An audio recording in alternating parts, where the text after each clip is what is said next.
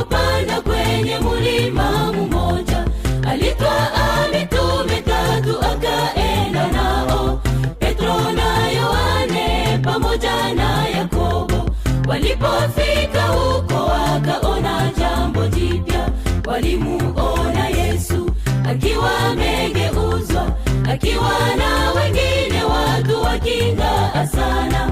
Alikuwa na Musa pamoja na Elia.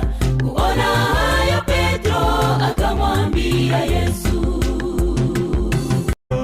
moja iwe yako na ingine iwe ya Elia, hata ingine ya Musa. Tuwe kando nani, tusirudi kwetu, tubaki nani hapa?